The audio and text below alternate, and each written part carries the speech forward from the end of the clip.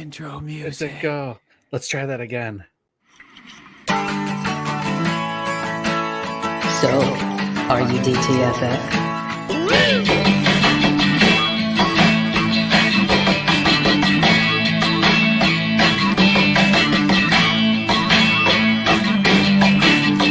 Once again, here is Drinking and Talking Fantasy Football with your hosts, Dustin Lunt and Jake Trowbridge. Hey, there we go. We did it. We're back. Happy Tuesday, everyone. Week 1 in the books. And oh my, was it a glorious week of football? Oh, There's so much. There was so much football. More football than we've had in quite some time. Real football, Dustin, with real implications and real scores and everything. I know. It was so much fun. I know, Jake, unfortunately, you didn't get to watch too much football this weekend as you were on vacation.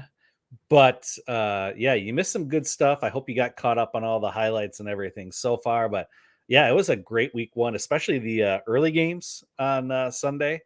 Those were some great games. I really had a lot of fun watching it. And just, it makes me happy that football's back now, finally. We can quit talking about speculation and hot takes and bold predictions and all this other stuff. Now we're just into the nuts and bolts. Here we are, just working our way towards that championship.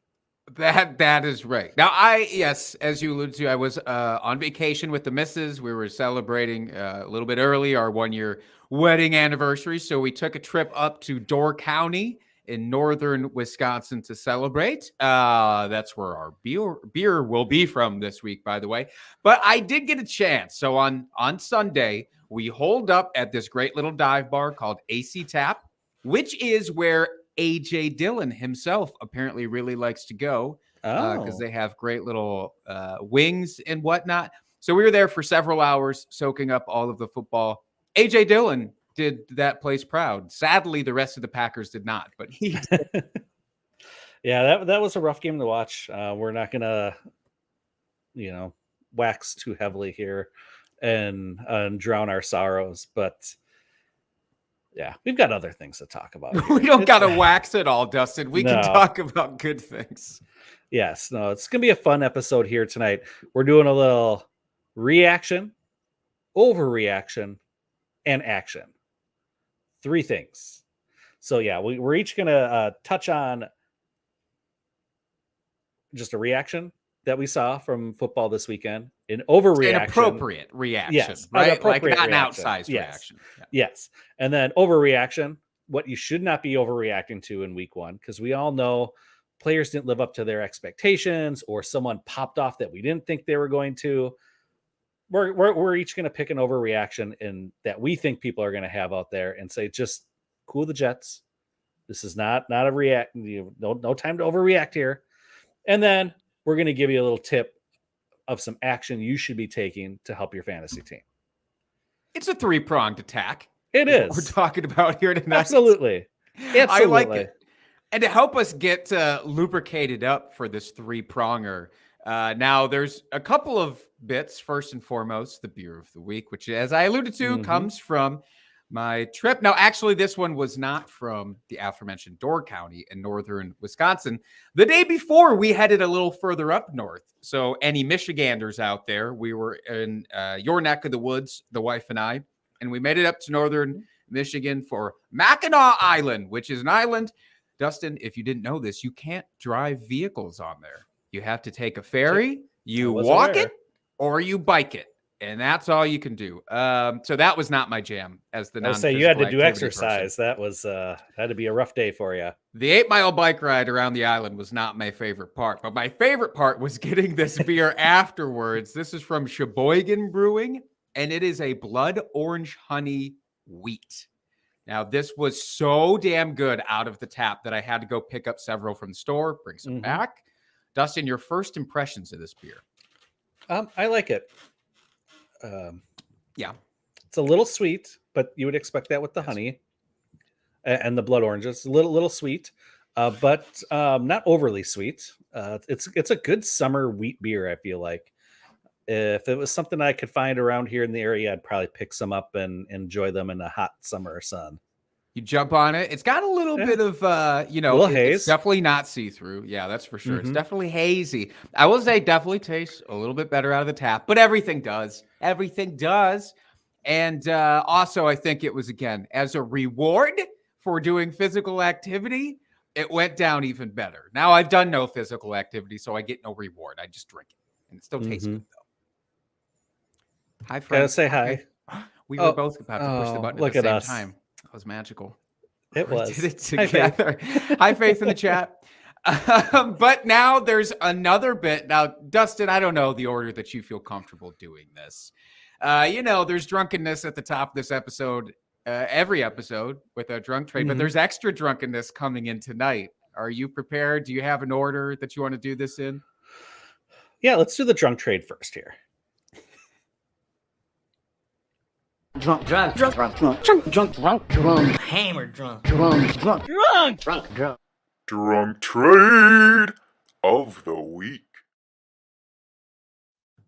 All right, so once more, we explore Reddit for our drunk trade of the week. Of course, this one is coming into us from Technopool on Reddit, who says, I traded Aaron Jones for Ramondre Stevenson. Straight up. I forgot to add in the picks that I wanted back. So that makes sense. Trading away Aaron Jones, very quality fantasy running back for Ramondre Stevenson, an unproven somewhat running back. The person that they traded with was nice enough to send me a third rounder afterward, basically a pity third, to say, look, you forgot, you screwed up. I realized this deal was too good to be true, and I'll do my small part. I'll throw do you that. a bone, basically. Yeah. You still got hosed. That is still a terrible trade. Not much really to say about this one. I mean, Aaron Jones, as we saw this week, is going to be heavily involved in the offense for the Packers. LaFleur came out after the game and said, eight touches on the night is not nearly enough. So he's going to be even more heavily involved in the coming weeks. Ramondre Stevenson, as you said, still kind of unproven, got some hype though. We're thinking he could be fantasy relevant, but I mean, let's be honest. He's not going to be anywhere near what Aaron Jones is going to be this year. Even with the third added on, that just doesn't quite cover it for me. Yeah, I mean, who knows? Maybe surprises will be in store. With Stevenson, I will say the sort of third running back in Patriot land, and I even am blanking on the name right now, but did end up getting injured and will be out for a few weeks. So really, it's just Stevenson and Harris, pretty much splitting for once. So until they bring in some other obscure name, I guess, to fill in the third role there, maybe he'll have more utility. But yeah, definitely Aaron Jones is the great side of this. I'm curious. I wish I knew what Technopool's original picks were that he wanted this, because what I would say would be even, and correct me if I'm here, maybe mistaken, if I'm undervaluing still, but I think a second and a third with Stevenson for Jones would be about right. Am I overvaluing, undervaluing? That would be closer for me. I don't know that I would still trade Aaron Jones for that, but it would get you a lot closer.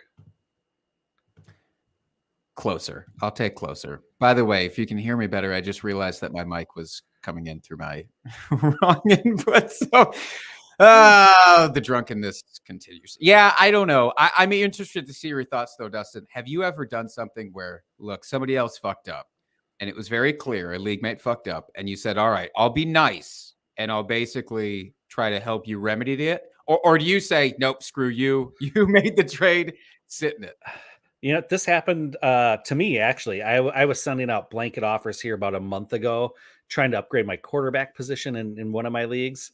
And he accepted it and meant to hit decline. I was nice enough and reversed the trade. Just being understanding. Don't want to burn a trade partner and possibly many trade partners in your league. You only have 11 guys or gals to trade with. So I take the stance that, I don't want to screw people over. I want to win this fair and square. Yeah, I don't want any asterisks by my titles. So yes, I'm the nice guy and will not just hold on to a mistaken trade. It's a stand-up man. You? What about you, Jake? Stand-up man. No, I say screw you. I say go to hell, you. I say now I'm going to block you, and you can never chat me again. I got this one over on you, and we're never going to communicate from henceforth. That's not at all what I do. I actually had a similar type of thing.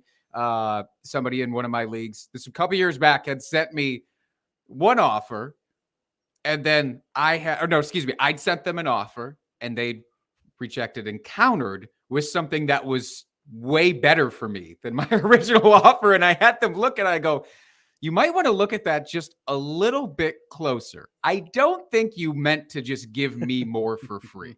And turns out they did not. They were appreciative. And we did kind of revert the trade there. But yeah, just be cool. Just be cool, I think, is the moral of the story. Yep. All right. Absolutely. So we've got a couple of beer bets to pay off for this week. I forgot we made 2 beer bets. I only knew we only had the one on the sheet that I saw. So when I saw the second one added, I was like, oh crap. Cause I was feeling good about myself. I'm like, I got Jake week 1. All right.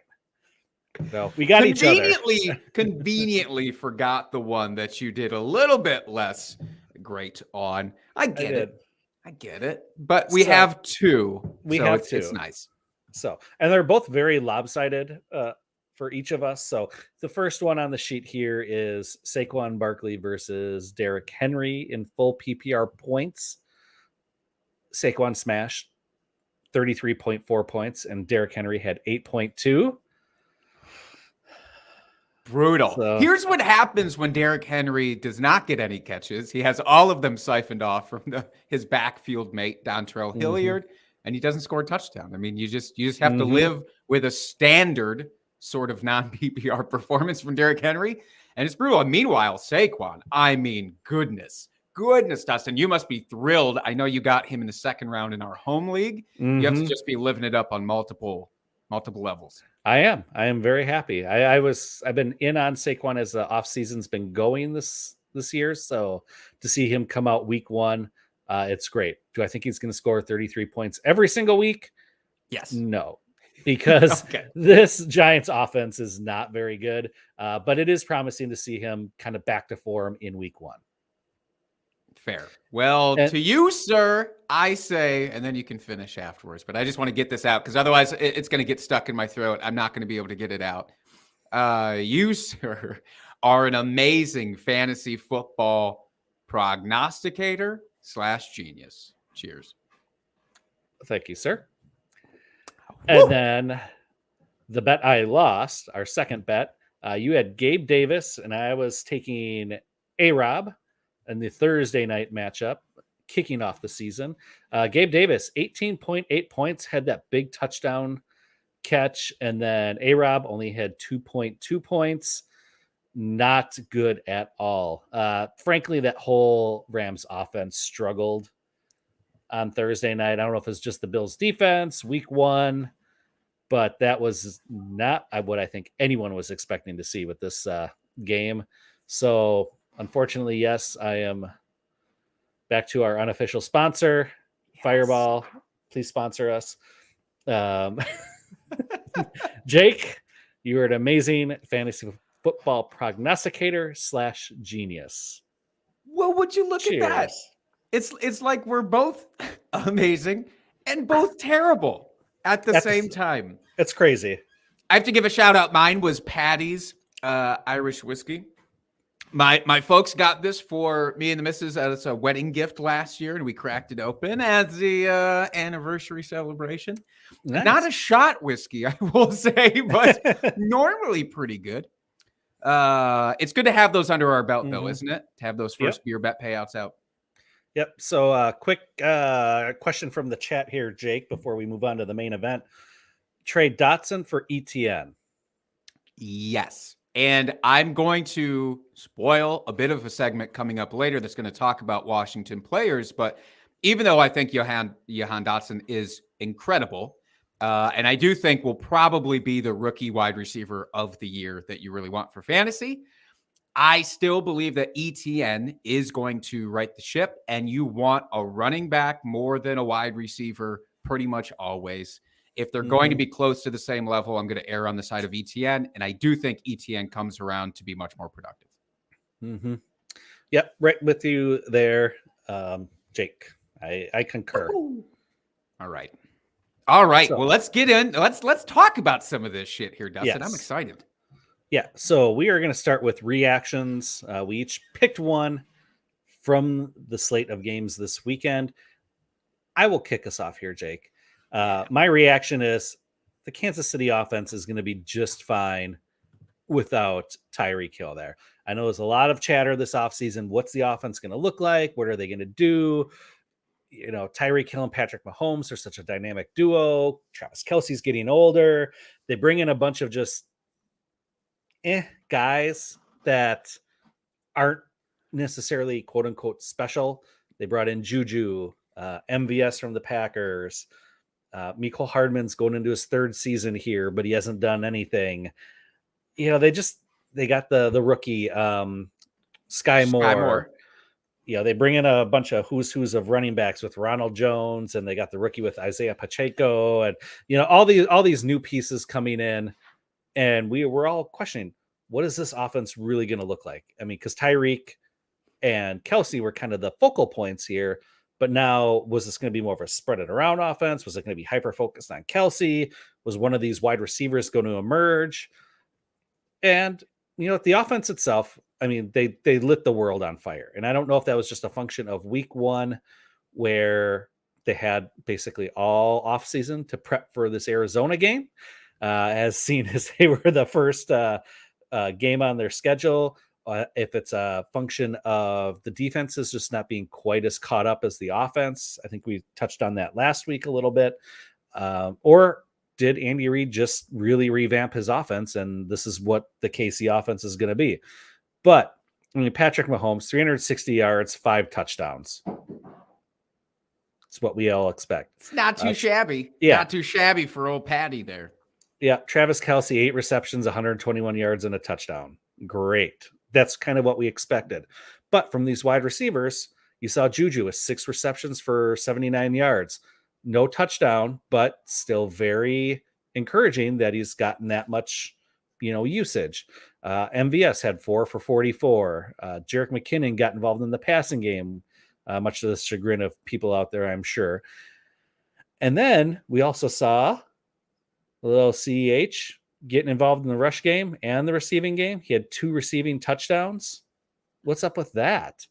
So yeah, I think our worries are kind of were overblown here, wondering what was going to happen with this offense. Andy Reid he's still an offensive genius.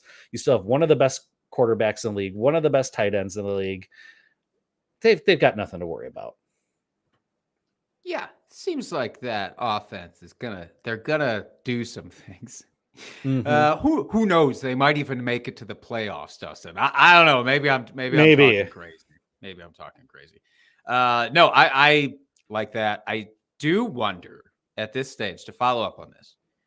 We have both tempered our expectations for Travis Kelce in various ways. Mm-hmm. Right. Yours was a little bit more about like, yeah, maybe he'll get the yardage, but not the touchdowns, or vice versa. Mine was just saying flat out, I'm not going to take him the first 2 rounds of my drafts. Mm-hmm. I didn't think his production would be that much higher than the average tight end. And now I'm wondering, you know, he was still the focal point in week 1.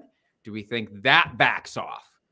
Like the offense as a whole, obviously, is going to be great. Do we think that Travis Kelce's production takes it down a notch? Or is this what we expect week in and week out?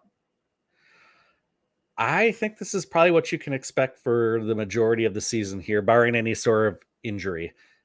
Unless teams really game plan around removing Travis Kelce to try to force Mahomes to go to his other receivers, that would be the only way. Like, you know how teams will game plan for certain wide receivers, certain tight ends, running backs, whatever, because they're that good. Well, maybe that's this case now that teams will start to do that with Kelce because they don't believe these wide receivers are going to be the difference makers. So he could see some double coverages, or, you know, there could be some games where he gets shut down. But I think overall, I mean, he at this point locked in as your tight end 1 for the season. Yeah. Yeah, I think that's fair. I do think actually, though, I kind of expected a hotter start. And we talked about this on a previous episode.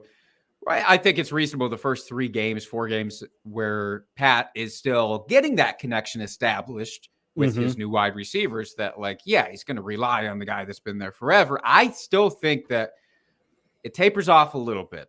But now I don't know what that looks like. I'm not about to say that Kelsey's going to bust the rest of the year, the second half, or anything crazy like that. But I do think it won't be quite as impressive as this week one going forward. But that's just me. But my reaction in week one was that any worries we might have had about Davante Adams having a down transition year with the Raiders were assuaged this weekend.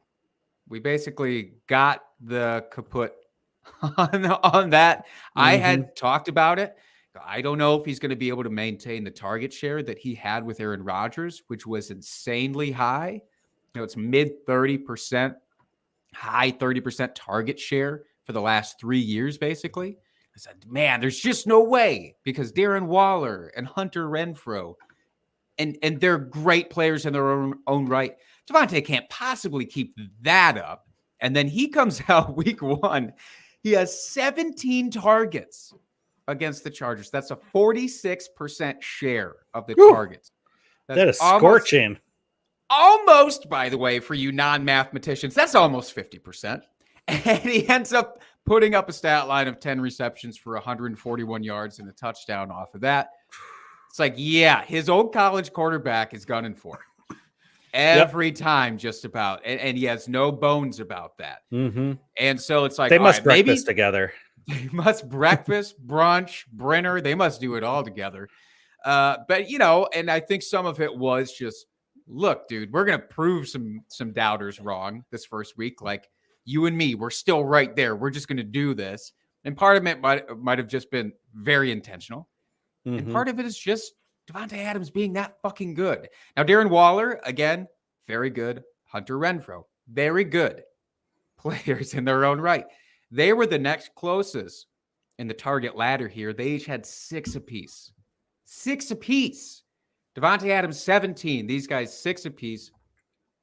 Again, I'm not saying that this is going to track the rest of the season, that Davante is now locked in for almost 50% of the targets every single week.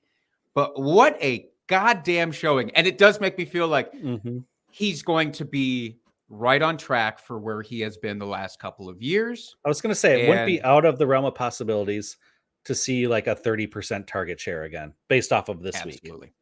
Absolutely. In fact, I think that should be expected. You know, that sort of regression, great. But if you're saying, well, now he's just magically going to float down to 20% after this crazy week one, I would have a bone to pick with that. So I really do think that we kind of have a solidification of that depth chart right now and who Derek Carr is going to look for. I still think both those other guys will have very usable weeks for fantasy. But Adams, yeah, you know, top 3 the rest of the way. Absolutely for me. Yep. Yeah, I agree 100%. All right. Next on the docket here, our overreactions. You want to lead us off here, Jake, with your overreaction? I would love to, because it's still fresh. It's freshy for everybody. This was the Monday Night Football game. This one I did watch, basically start to finish. And, you know, you and I were both coming into this season very keen on Courtland Sutton and loving Courtland Sutton and thinking that connection with Russell Wilson would be the one. That would be the one on the team to really solidify. Did not look that way. So my overreaction, folks are saying the Russell Wilson and Courtland Sutton connection is a poopy. It did not look good. It looked forced. It looked infrequent. And it just looked a little bit smoother with Jerry Jeudy in week one. Now, the whole offense for Denver, very questionable. And obviously the big hullabaloo is about first-year head coach Nathaniel Hackett and his decision-making throughout that game, which is very, very questionable. And, of course, the final drive that lost it for them, where they kicked the 64-yarder instead of just letting Russell take a few more shots, you know, take a 4th down attempt. Like, that's going to come into question all year probably. But, you know, I really do think that just saying, look, first week in such a spotlighted game with such a terrible finish, that's going to have the wheels spinning more for fantasy managers than it needs to, because they're question the head coach, question Russell Wilson and whether they're going to let him flourish, question Courtland Sutton because he was not involved almost in the entire first half of the game. He didn't see a target until almost halftime. Jerry Jeudy had a great yak performance where he caught just a simple little pass, took it to the house for a long touchdown, and you start to say, okay, well, maybe it's Judy's turn now. It is a Jeudy year. You have to temper that down. It's week one, again, spotlighted game. Courtland Sutton started to look really good in the second half when he got contested throws by Russell Wilson. Once he finally started doing that, Courtland looked like the player that I think we expect him to be, which is, he's not the smoothest route runner. That's not his game. That's not what we were hoping for. We're hoping for the contested catches and the red zone targets. And the red zone targets have to come, especially after, Dustin, you must have just been, if you actually stayed awake long enough to watch Monday Night Football. I did not. I won't lie. You would have been so disappointed. Listeners, every time I watch a game with Dustin, and there's either a long, say 3rd and 13, or they're near the goal line. If a coach runs a draw play in those circumstances, Dustin wants to just throw something against the wall, I'm sure. You keep it all inside, but I'm sure that's what you want. And they did that twice at the goal line. They ran a shotgun draw run, basically. Once with Melvin Gordon, once with Javonte Williams, both fumbled. Neither got to the end zone. Not only are they going to change that outlook and probably just do regular traditional running plays, but they'll probably get the wide receivers involved there. So long-winded way of saying Courtland Sutton's going to be just fine. I have no issues with Russell and him connecting, and Russell should have a lot better performances on the horizon as well. Mm-hmm. Yeah, I hope so, Jake, for all my shares of Courtland Sutton, because I was a big believer. Even after his down year last year, I chalked it up just basically to the quarterback situation. So I really hope that they get on the same page here and the season will turn around for him. I'm locking it in. It's going to happen, Dustin. So what is your potential overreaction here? My overreaction is Trey Lance is garbage because he played awful in this week one matchup against the Bears. So it was not a pretty game. The rain, I mean, I don't know if you saw clips, Jake, but the field looked like there was a layer of water on it. It was raining the entire fucking game. And one of those games that are like fun to play in as a player, like I always loved it back in the day when I was throwing the football over the mountains. I always just loved playing in the rain. Like, it was so much fun. I don't know what it was about it. And you saw it at the end when the Bears won. They all did the slip and slide down the field. That's how much water there was. You got it. Yeah. So the playing conditions were terrible. So going into this week, not every game is going to be a water game like that. So, I mean, that does change the game plan and how the game rolls out. But also, they lost Elijah Mitchell now for an undetermined amount of time. Shocker, San Francisco running back got injured. They need to do something with their strength. Curse. I know they need to do something with their strength and conditioning coach. Focus on those running backs a little bit more often. So I'm sure that changed their whole game plan on the fly, which Jeff Wilson, great pickup for the week 2 here, if you so choose to have him. But I think Trey Lance is going to be just fine. There's going to be better days. We expected to see some growing pains this year. Really, he had very limited action last year. So it's essentially going into his rookie year this year. Don't overreact. Don't trade him. Don't drop him. For God's sakes, don't drop him. Or no. Don't do that. There will be better days ahead of him. This offense will get on task. And I didn't look to see who they are playing this week, but I would expect that this week we will see better things out of him. Just chalk this one up as week 1. It's the weather.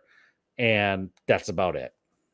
Yeah, this is actually a game that I watched basically all of because we were sitting there waiting for the Packers game to come on. This was what was playing right before it, and yeah, the slop fest conditions that happens maybe once every 3 years. There's a game that is like that. You cannot expect. And Justin Fields on the other side of the ball was the same deal.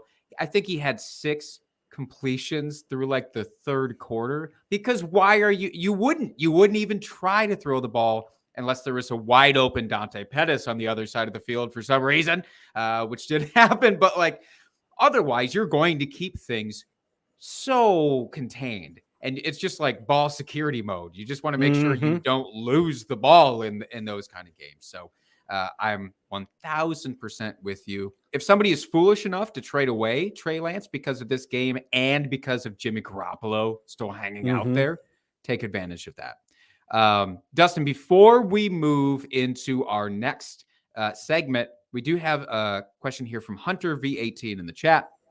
It says, start Najee, Pierce, which I'm assuming is Damian Pierce, but correct us if that's Alec Hunter, Jahan Dotson, or Mooney at flex.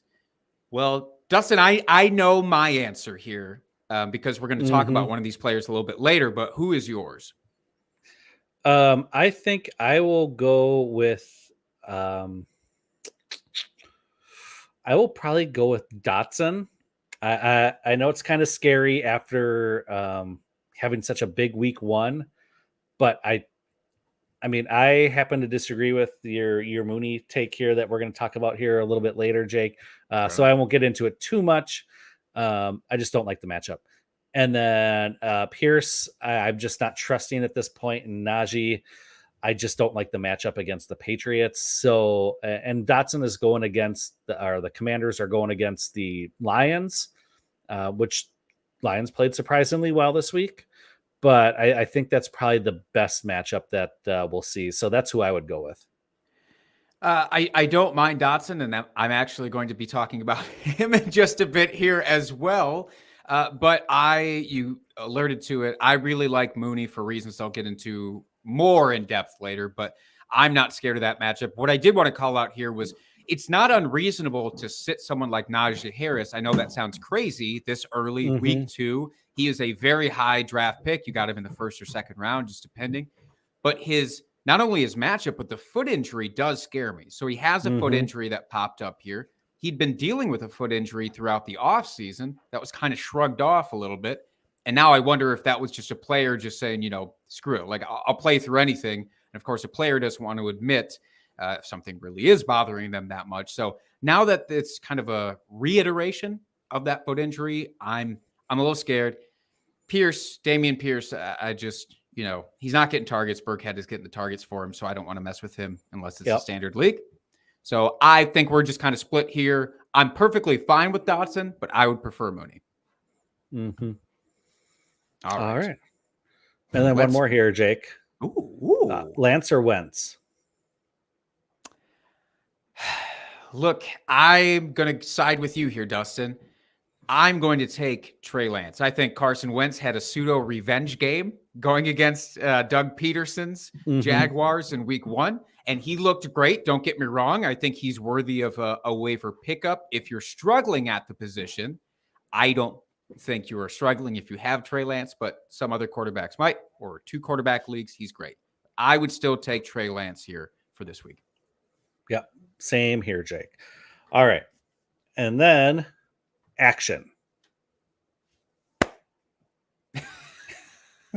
Was that nice? Was that the little clicker thing? Yeah. That was good. Yeah, you know what I was doing. Good. All right. So actions we should be taking for this week. Basically mine, it's kind of a homer thing here, but very valuable for everyone else. Really don't start any Packers fantasy players except the running backs. So start AJ Dillon, start Aaron Jones for right now until this offense gets things going here. Like I said on the outset here, LaFleur has already said that they're going to get Aaron Jones more involved. We saw AJ Dillon do very well in his action this week, catching the ball very nicely, I must say. Very nice hands. Makes me very happy. But yeah, the rest of the offense just looks out of sync right now. And I don't know if that's due to the big drop that Watson had, the first offensive play of the game for the Packers, and that just kind of set them back at that point, and or if it was just the Vikings with their new coach, they wanted, they were really jacked up first game of the season. Packers Vikings is always a big rivalry game for the players, so maybe there's just a little bit more juice for the Vikings there. Rodgers just looked out of sync all game. We did see Tunyon get involved a little bit, but really he's more of the end zone target that I want to see there. So I wouldn't start him until we start to see that Packers offense move a little bit more and get in the red zone. So yeah, so that's my action for this week, is just start the running backs. You're safe there. Stay away from all other offensive fantasy players until further notice, till we see this offense start to click a little bit. I was this close to wanting to push this into the overreaction category, Dustin, because I actually did just see today, week 1 last year for the Packers, also terrible. I know. The Saints game. Saints. I remember. So terrible. But I want to put this into context just a little bit. Agree with the running backs. I mean, you're starting AJ Dillon and Aaron Jones without hesitation, and they should both be considered top 15 options until further notice. I still believe Aaron Jones, that's going to get corrected. The coach came out and said that's going to get corrected. But here's what I did want to point out. This is just a fun little exercise, Dustin. Now, I'm not saying that this necessarily changes your action, but context. Last year, week 1, Aaron Rodgers, 3.3 fantasy points. He was the QB 34. Aaron Jones, 4.2 fantasy points, RB 51. Devontae Adams, 10.6. Actually respectable, but not great. Wide receiver 53. Mercedes Lewis was the top scoring tight end in that first week with 2.9 fantasy points. The rest of the way, Aaron Rodgers, 22.2 fantasy points. Right. Aaron Jones, 16.1. Adams, 22.3. It's coming. You don't have to remind me. I know how bad the season started last year, but the difference is, we've had Adams for how many years? And he was Rodgers' binky there on that offense, where he could go to them at any given time. He's going to catch the ball. He's going to come down with it. He doesn't have that anymore. Yeah, he's got Aaron Jones. Sure. Maybe Tunyon could be that guy when he gets back up to full speed. Maybe. But how often are you going to see him, split out wide or anything? He's more of an inline tight end going out to catch passes. So until he earns that confidence, and we know how he is with rookies on this team. I mean, we've seen it for years. If a rookie screws up, you're in his doghouse. And they can't afford to do that this year because they have no one else. So It'll be interesting to see how the dynamics play out on this offense. It scares me. I'm not going to lie. It scares me. I know eventually the ship will get corrected and we'll see fantasy goodness out of this offense. Probably more so, like I said, from Rodgers and Tunyon, more than maybe the wide receivers. But until we start to see that, I'm very nervous. That's fair. No, I just, again, I wanted to bring it into a little context box there with some of that, because I do definitely think there's better days. And I'm saying this as the guy who ranked Aaron Rodgers super low coming into this year. I was way below consensus, but I don't want the reaction to go too far with that. But I definitely get where you're coming from. My action, I alluded to this earlier. You should be scooping up Washington players off of waivers. And my preference, I don't think it's blown any minds here, but it's Jahan Dotson, then Curtis Samuel, then Logan Thomas. And if you are hurting for a quarterback, I have no issues with picking up Carson Wentz. Again, a 4-touchdown game is going to be rare from Carson Wentz, I think, this year. So even with the 2 interceptions, he was just slanging it. He was slanging it all game long. I think that gets pulled back and reined in just a little bit, but I don't think it's pulled back enough that it stops these guys from being fantasy relevant. I wanted to highlight, all of them, again, looked really great. And Jahan Dotson surest hands of any rookie that I've seen in Mhm. quite some time here. But Curtis Samuel, a really huge surprise. You know, he's been injured off and on, especially last year, but even the year prior. So we never really got to see him with Washington truly and what they had envisioned for him. Well, what they Mhm. had envisioned was 11 targets and 4 carries. You know, he ended up getting a touchdown out of it, 21 fantasy points. Like, that's massive. It's corny and it's lame, but yeah, Debo Samuel light. Like that seems like what they want the role to be for him.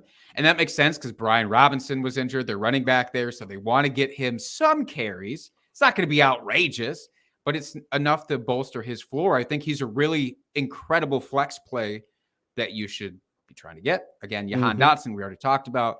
But Logan Thomas, fucking Logan Thomas, man. Early in the offseason, I had really great things to say about Logan Thomas because I acknowledged I failed in recognizing how good he was going to be last year, even in the few games that he played. He was actually still really good, and then he just got injured. I didn't think he was going to be ready to start the damn season. And all of a sudden, 2 days Mhm. basically before kickoff, they're like, yep, he's going to be out there and he's going to be, limitless. And he fucking was. I mean, he played 62% of snaps, 6 targets, 45 yards. That's not an incredible stat line, but this dude just coming off an ACL tear late last season. Again, I think it was like week 10 or something. He tore it again. I mean, he looked like he really didn't miss a step. And Mhm. Carson will eventually start targeting him even more as he gets comfortable, I'm sure. One little stat I want to throw out there per Jacob Gibbs from Twitter. He had the 6th most air yards amongst all tight ends. And that's like what he was Mhm. when he was healthy in 2020 and the couple of games you saw him healthy in 2021. So I'm actually kind of interested. And I think what is going overlooked is like Carson Wentz is going to have to throw it a lot this year. I think that team is going to be put in those situations where they'll have to catch up a lot. So who knows who it's going to be, who's weak, but all of them should see relevance. Mhm. Yeah, absolutely. Okay. Well, that will do it for our action, reaction, overreaction segment for week 1 here. Let's get into looking forward to week 2. Now, Jake, looking at the schedule, is there any games you really want to highlight for this week or not so much? Look, I'll be honest. Week 1 was so much better from just a pure and the schedulers know this. That's their whole Yes. job, right? Is they get all the revenge games in week 1, all of what they think the high scoring, interdivisional Mhm. games will be. They front load it, but there are still some great ones. I mean, Thursday Night Football is still going to be incredible because it's Chargers Chiefs. I think the Herbert NFL versus Mahomes. finally heard that people hated Thursday night football because the games are always terrible. So they're really trying to get us just sunk into Thursday night football now by having 2 great games back to back. Yes. And I respect it. Hey, you did the right thing, Mhm. schedulers in there. So that's the easy one out of the gate. We don't need to talk about that too much because we've hit on it a lot. I will say the thing about that game that's going to be most important to look for is Keenan Allen. Is Keenan Allen actually going to come back? It's not looking good. It seems like Mhm. he's going to miss 3 to 4 games based on the injury that he sustained week 1. So Mike Williams obviously gets a huge bump. Josh Palmer would get a really nice bump for me. Austin Eckler would get Mhm. a really nice bump if Keenan Allen is out. But the one other game that I wanted to highlight real quick is, I don't know, Dustin, tell me if I'm crazy. And part of me wanted to make a beer bet about this. Oh. Actually, you know what? I'm going to save that one for the beer bet part of it. Because it is my turn. I forgot. You did last week, so Yep. it is my turn for that. Let me turn my attention then to the Cardinals and Raiders. So Mhm. That's what I afternoon was game looking on at Sunday. too. It's a great one. There was some disappointment. At least it seemed like tepid. Cardinals kind of tepid. Hollywood Brown, totally fine. Totally Mhm. fine. Not the guy I thought week 1 he would be, especially considering Zach Ertz had a little bit of the injury still lingering there. DeAndre Hopkins being out, nobody else really there. He was fine, but he wasn't what I want him to be. So Mhm. I'll be very curious. could be another shootout. That's what I like about the Raiders. Derek Carr is going to have them in a lot of shootouts this year. So Yep. anybody that you want to highlight from that game? From that, It's no, like that's like a guaranteed, like I'm keeping my eye on this guy. Obviously not Devontae, but anybody else that keeps no, your no. interest? You said it, Hollywood. I mean, he's the guy. I've invested in him in many places this offseason. So I have a vested interest for my fantasy squads. So I'd like to see him turn it around and really break loose this week and have a good week. Yeah. And it would be interesting too. I'll see, James Conner's usage is going to be something to track for the first like 6 weeks, basically, because we really don't know their intentions with that backfield and if it's going to look exactly like last year. So I'm intrigued with that. I'm also intrigued with the Raiders backfield. I mean, last week, not a great showing all around. I had hopes for Amir Abdullah in the James White role. That just is not a thing. That's your So problem. we're going to cut bait immediately. I'm not going to get caught in that trap. That train never even came to the station. Yeah. But I am curious, like, does Josh Jacobs actually get a reasonable uptick? I've been low on him, but I'm not here to toot my own horn. I'm just curious if they actually do bump that up or not. Any other game that peeks out to you? I think one that's just interesting, just to see how it plays out, is the Dolphins-Ravens game. I don't know, just more of that ground and pound offense from the Ravens. Their solid defense versus this new upstart offense for the Dolphins. So that's the one I think is just interesting. I do think that's really interesting. Also, I love this comment from Mr. Scampers in the chat. The supply chain affected the Abdullah train. It sure did. The supply chain being targets, I guess, in this analogy here. There was not a lot of them to go around. All right, we got one more question here from the chat, Jake. I want to hit up here. Should I trade Tyreek and CH for AJ Brown and Dylan? Yes. 1,000. Yeah. I don't even need to. There is more context here. Thanks to Pacheco season, like AJ Brown, Hurts connection more. Yes, 1,000%. Yeah. Tyreek Hill and Jalen Waddle can both be good. I don't think both can be great. I know that Tyreek actually did have a good week 1 showing. That was nice to see. But AJ Brown, that's no joke. Him in that offense is no joke this year. And AJ Dillon, I mean, it could be a little bit of back and forth with him and Aaron Jones, but again, both could be top 15 guys legitimately because of how this offense is shaped. Yep. Agree 100%. Woo. Okay. On to our starts of the week. Let's do it. Let's recap. Well, let's bring it back around to last week first. Let's recap. I will say, Jake, you missed on yours. You were hoping for the week 1 Sammy Watkins revival that has happened. Sadly, versus Minnesota, you only had 4.8 fantasy points, so kind of a miss there for you. Abysmal. Mine, I will take it as I'll take it, but it's not like it was a great outing. It was okay. It was respectable. I had Juju versus Arizona, ended up with 11.9, so at least hit double-digit points. So I don't feel too terrible about that one. He didn't lose your week. He certainly didn't lose your week. Exactly. Yeah. So let's move on to the start of the week for this week. Jake, I've been waiting for this. Let's hear you badmouth my start of the week, but it is an anti-homer pick for me this week. This is Darnell Mooney at Green Bay, and it's very simple, Dustin. You talked about it already last week or week 1 with San Francisco and Chicago. That was the slop game. That was the rain mud game. We didn't really get to see anything, and I, luckily had sat Darnell Mooney because of the weather there, and that was great. But what we saw in the Minnesota Green Bay game, Dustin, which we both watched very closely, was concerning because Justin Jefferson went the fuck off, almost to the tune of 200 yards and 2 touchdowns. Like, it was damn close to that stat line. What was concerning was the comments after the fact. So this defense, which I think both you and I really like the Green Bay defense this year in theory, because that secondary should be incredible. We got Jair Alexander, who we know to be wonderful. One of the best corners in the league. That's not us talking. That is actual experts saying this, Yep. right? And then Rasul Douglas, who we saw great things from last year, who had to step in a pinch, got big money this offseason, looked fantastic. Our Eric Stokes, rookie last year, corner, who did great things last year. First round pick, came in this year. We're like, all right, this trio should be amazing. And with all that said, Justin Jefferson just basically uncovered for a lot of the day because they decided to use a zone defense scheme and didn't adapt at all. And the post-game comments from Matt LaFleur suggested that they won't adapt to that this is their scheme. They're not going to let week one dictate everything, which is fine.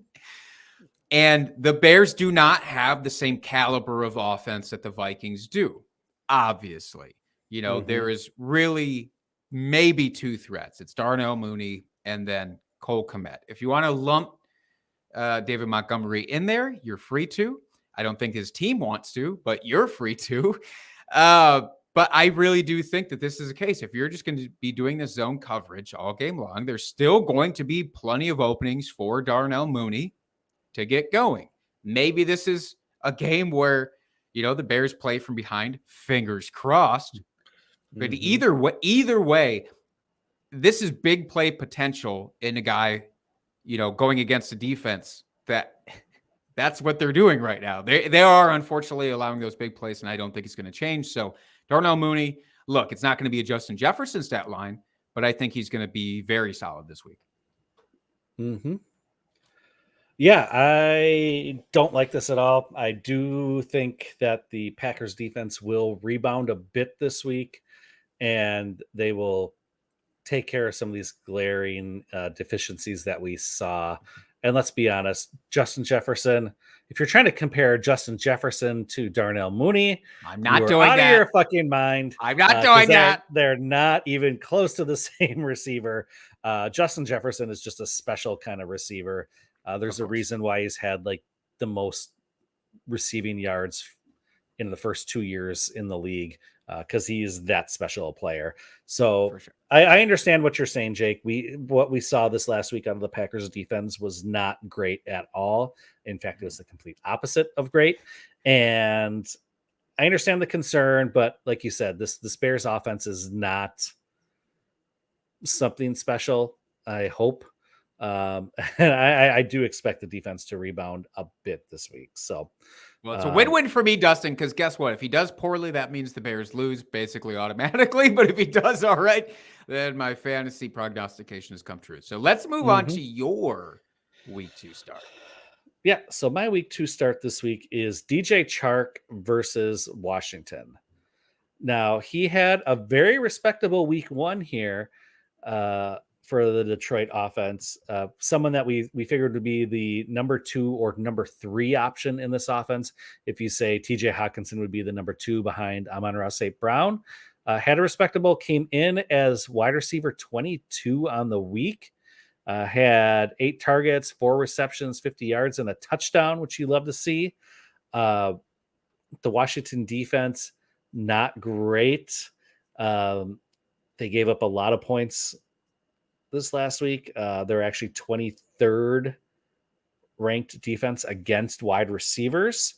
So, yeah, I think this is a good matchup. I think DJ Chark was being undervalued going into this offense for the season. And I really like what this Detroit offense is going to look like and what they're doing for this upcoming season. And I think it's just a really good matchup. So if you're looking for like a good flex option for this week, I think you could do worse than DJ Chark. Yeah, I would agree with that. I am curious. So you said something very interesting, about kind of the hierarchy on that team, because, and this is my time where I have to give you some flowers. I have to give you some props here because DeAndre Swift was the I didn't want to rub point. it in your face, but I know you're focal point. You're so anti DeAndre Swift. So I was so just going to let you base in the fact that I was right after week 1. I mean, I don't want a victory lap after a week 1 blow up game here, but since you brought it up, I will a little bit. Take that bow, Dustin. You deserve it here because if indications from this game hold over for the rest of the season, that's going to be a massive miss for me and a huge rightful connection for yourself there. Of course, we'll see if that's just what the game plan was for week one.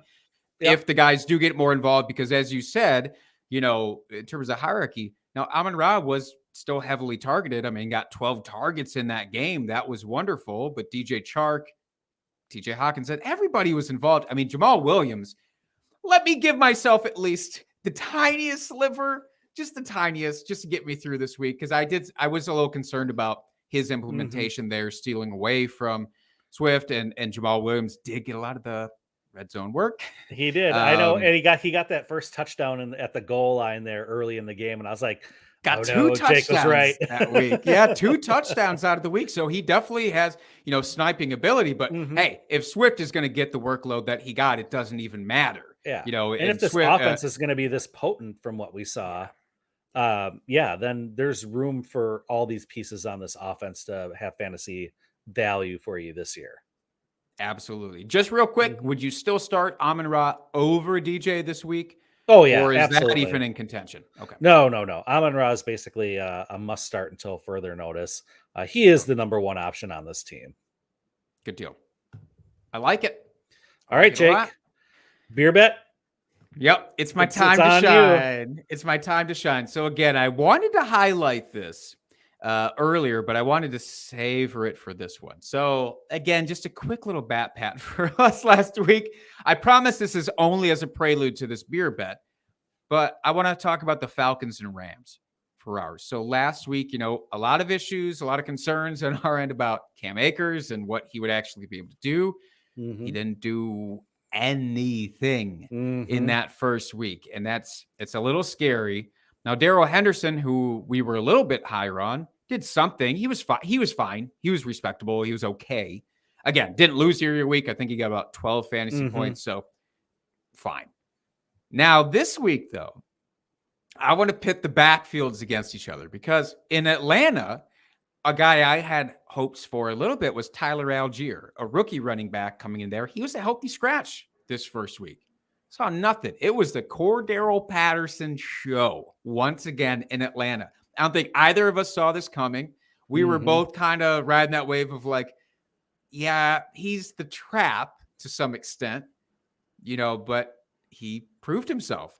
So Dustin, what I would like to do this week is just put the backfields against each other. So the Atlanta backfield versus the Rams backfield. Total points, PPR. What do you think? I will take the Rams backfield. Ooh, interesting. Now, does this mean that you think Akers will be a little bit more involved, or you just really like Henderson? It's a little both. I think this offense will get back on track after facing this Bills defense last week. You have to remember the Atlanta defense is not great. So I think there will be more fantasy production all around for this Rams offense. And if they're far enough ahead late in the game, they're going to salt it away by running it. So I think that will lead to more fantasy production out of the backfield rather than the Atlanta backfield this week.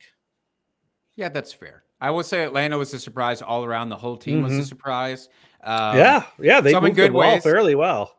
Yeah, some good ways, some bad ways. Kyle Pitts, not really an integral part of them moving the ball, but the rest of the team looked great.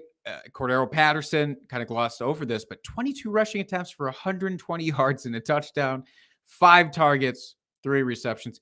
It wasn't the targets that really saved his fantasy day. It was just his pure rushing production. So it is a little scary to rely on that from him this week. So I get why you made that pick to go with the Rams. I'm hoping that his targets come back around a little bit to go early weeks from last year, where he was saying 8 to 10 targets basically every game.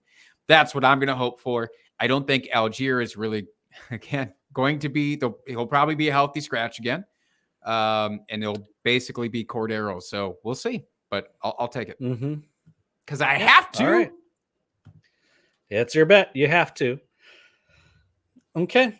So that really does it for this week, folks. Hopefully we gave you some good ideas here of what to look for, some actions to take. Hopefully we talked you off the ledge for some overreactions here that you may have been facing. And it's on to week 2, as Bill would say. It's on to week 2. We just can't look back, only can look forward. Another week to win your fantasy lineups and march on towards that championship. Any final words here for you, Jake, before we sign off? Couple of quick things just to highlight. Take advantage of waivers, but again, don't tilt and do something stupid like drop a top 5, round draft pick just because they underperformed in week 1. So be vigilant, but also just a little bit of caution there about your waivers. So happy waiver hunting for everybody, and can't wait to come back next week. Yep. As always, folks, if you have not subscribed to our YouTube channel, you can watch us live every single week. You can find us here, same time, same day, every single week, and see our beautiful faces, along with these sultry voices you hear over audio every week. Go out and give us a rate and review. Helps people find us. We really appreciate it. We're on pretty much any podcast platform that is out there. And if yours is not, let us know. We'll try to make that happen. Our DMs are open all season long here. Any start sit questions you have, trade questions, or even non-fantasy football related questions, we are here for you. We are the one-stop shop for you. But otherwise, just go out, have some fun. It's fantasy football season. Football's back. Let's just enjoy it. And until next week, folks, keep drinking and talking fantasy football. Cheers, FFers.